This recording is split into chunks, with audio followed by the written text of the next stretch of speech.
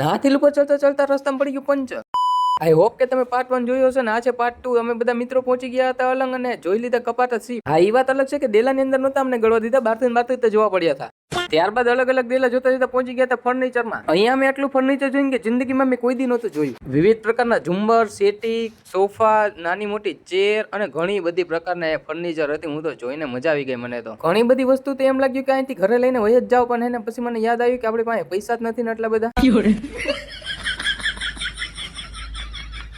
હવે ભાઈ આટલી બધી વસ્તુ જોઈને તો મને બહુ ભૂખ લાગી ગઈ એટલે આવી ગયા હતા પાણીપુરી ખાવા માટે. પછી ત્યારબાદ ખાધા અમે ગોળા.